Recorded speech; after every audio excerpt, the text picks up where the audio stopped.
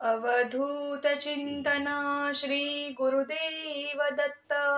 श्री स्वामी समर्थ. तुम्हा सगळ्यांचं स्वामी श्रद्धा युट्यूब चॅनलवर खूप खूप मनापासून स्वागत.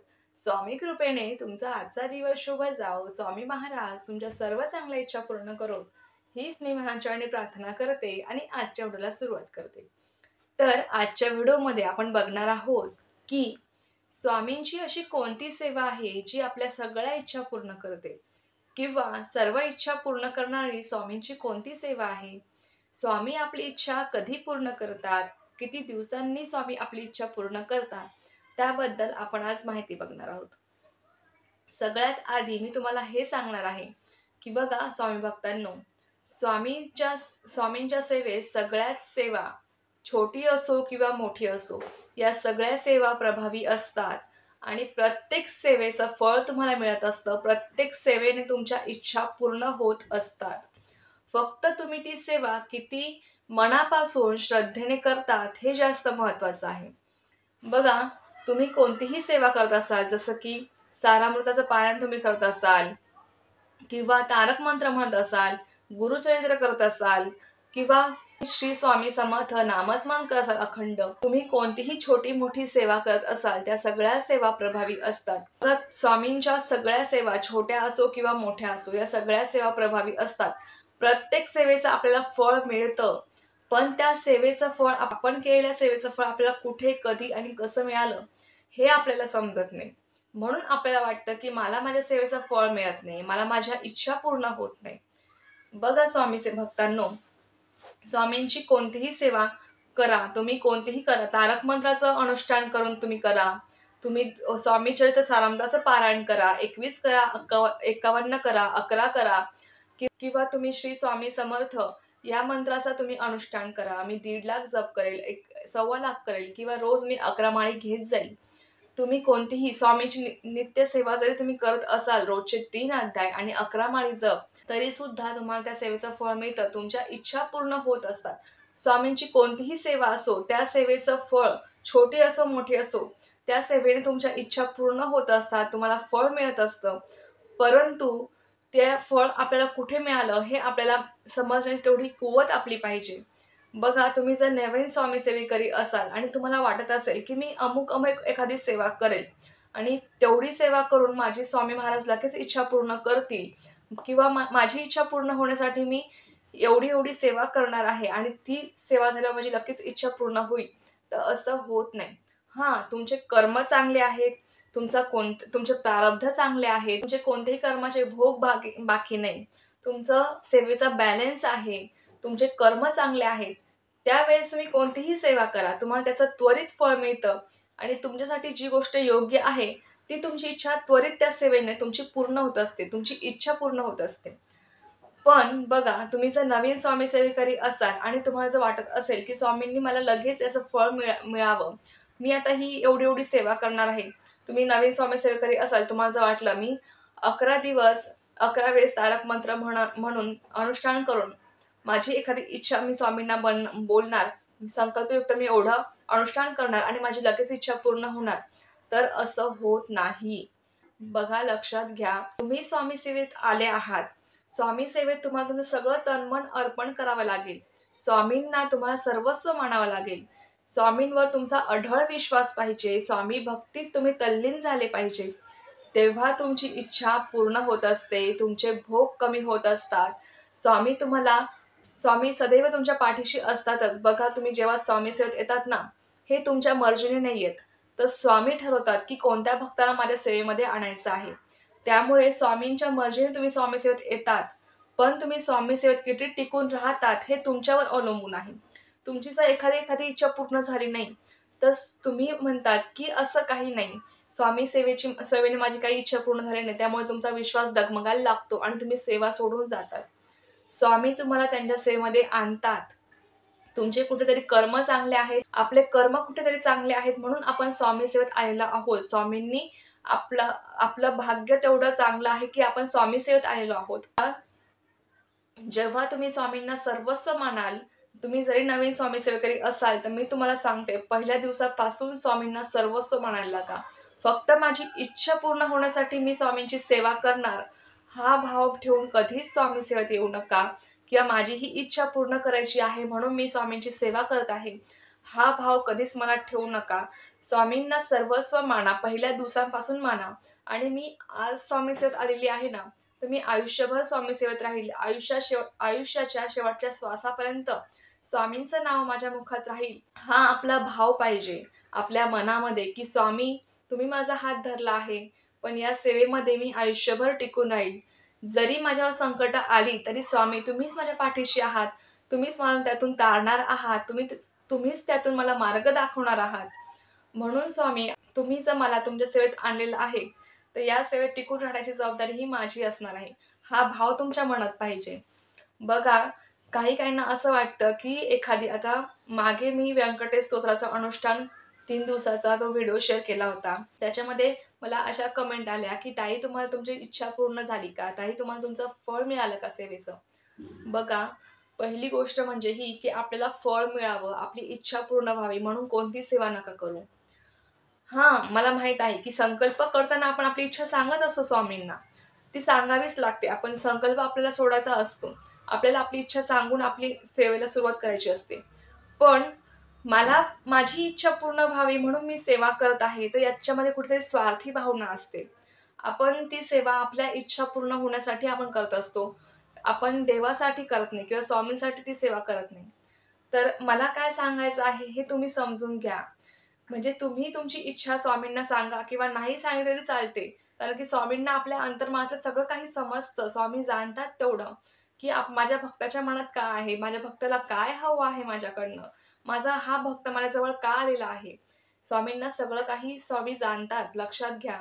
तुम्ही स्वामींना जरी तुमची इच्छा सांगितली नाही, तरी पण स्वामी जाणतात, की तुझ्या मनात काय आहे आणि तुला काय हवं आहे. एक गोष्ट लक्षात ठेवा भक्तांनो, स्वामी सेवेत आल्यावर स्वामींना तुमचं सगळं तन-मन अर्पण करा. स्वामी सेवेत इतके गुंतून जा, की बघा तुम्हाला अशी ओढ लागली पाहिजे. जेव्हा एखादी फेव्हरेट डिश आपल्यासमोर येते ना, आपल्याला असं वाटतं कधी मी खाईल आणि कधी नाही. तसं तुम्हाला वाटलं पाहिजे, की मी कधी सेवा करू आणि कधी नाही.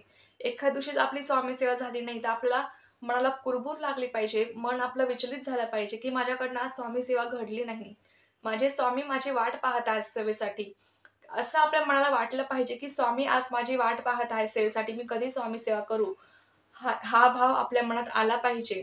आपल्या स्वामींना आपल्या घरातला एक सदस्य माना, तुमचे आई-वडील माना किंवा गुरु माना किंवा भाऊ-बहीण काही नातं आपल्या स्वामींना द्या. तेव्हा तुम्ही स्वामींना तुमचं माय-बाप, गुरु कोणतंही नातं द्या, बहीण-भावाचं कोणतंही नातं द्या. माय-बाप माना त्यांना, गुरु माना तुमचे. सर्वस्व माना स्वामींना आणि स्वामी सेवा सुरू करा. स्वामी तुमच्या सोबत पहिल्या दिवसापासून असतात. तुम्ही स्वामी सेवेत आला आहात ना, तर त्या पहिल्या दिवसापासून स्वामी तुमच्या सोबत असतात. पण तुम्हाला ते ओळखता येत नाही, लक्षात घ्या. स्वामी पदोपदी तुम्हाला मार्ग दाखवत असतात, पण आपल्याला ते मार्ग समजत नाहीत. स्वामी आपल्याला संकेत देत असतात, की तुझी सेवा माझ्यापर्यंत पोहोचते आहे, तुझी इच्छा पूर्ण होणार आहे. पण ते संकेत आपल्याला समजून सुद्धा आपण न समजल्यासारखं करतो. असं करू नका. आणि बघा, इच्छा पूर्ण कधी होते हा जर प्रश्न तुम्हाला असेल ना, तर हा प्रश्न तुमच्या मनातून आत्ताच काढून टाका. स्वामी सेवेत आल्यावर प्रत्येक दिवसापासून जेव्हा तुम्ही स्वामी सेवा करता, तुमचे प्रारब्ध जरी काही वाईट असतील, तर तुमचे प्रारब्ध उजळण्यास सुरुवात होते. हळू-हळू तुमचे प्रारब्ध उजळण्यास सुरुवात होते. तुमचा एकदा कर्माचा भोग भोगून झाला किंवा तुमचे जे कर्माचे भोग आहेत ते तुमचे कमी झाले, तुमचे संपले, की तुमच्या इच्छा तेव्हा पूर्ण होत असतात. आणि तुमच्या इच्छा पूर्ण होतात त्याचं कारण म्हणजे तुमच्यासाठी ती गोष्ट योग्य आहे म्हणून स्वामी तुम्हाला ती गोष्ट देतात. जर तुमच्यासाठी ती गोष्ट योग्य नसेल, तुम्ही कितीही सेवा करा, कितीही स्वामींना नवस करा, काहीही करा, स्वामी तुम्हाला ती गोष्ट देणार नाहीत. कारण स्वामींना आपला भविष्यकाळ स्वामी आपले सगळे जाणतात ओ. आपल्याला आपला भविष्यकाळ माहीत नाही, पण स्वामी आपलं वर्तमान, भूत, भविष्य सगळं काही जाणतात. स्वामींना आपलं सगळं काही माहीत आहे.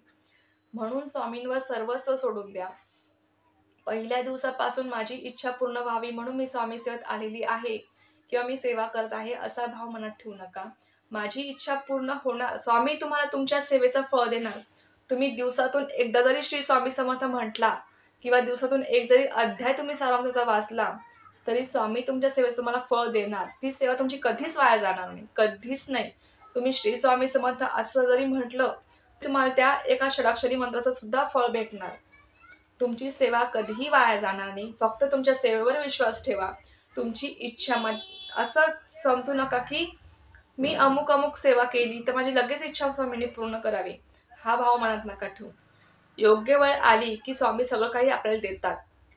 आतापर्यंत या जगात तुम्हाला असो मला असो योग्य वेळ आल्याशिवाय कोणाला काहीच भेटलेलं नाहीये.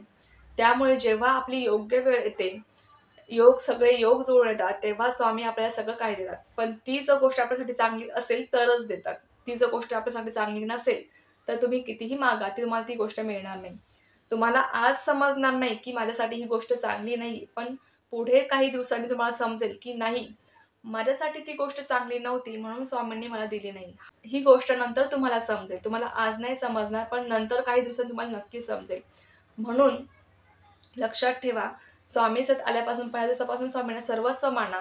ज्या दिवशी तुम्ही स्वामींना सर्वस्व मानतात, तुमच्या अंगातल्या ज्या काही वाईट गोष्टी असतील त्या सगळ्या तुमच्या दूर होत जातात. तुमच्यामध्ये एक नम्र भाव येतो, नम्रपणा येतो, तुमच्या स्वभावात बदल होतो. तुम्हाला सगळ्यांचं चांगलं बनवण्याची ताकद तुमच्यामध्ये येते आणि सगळ्यांचं चांगलं व्हावं म्हणून तुम्ही विचार करत असतात.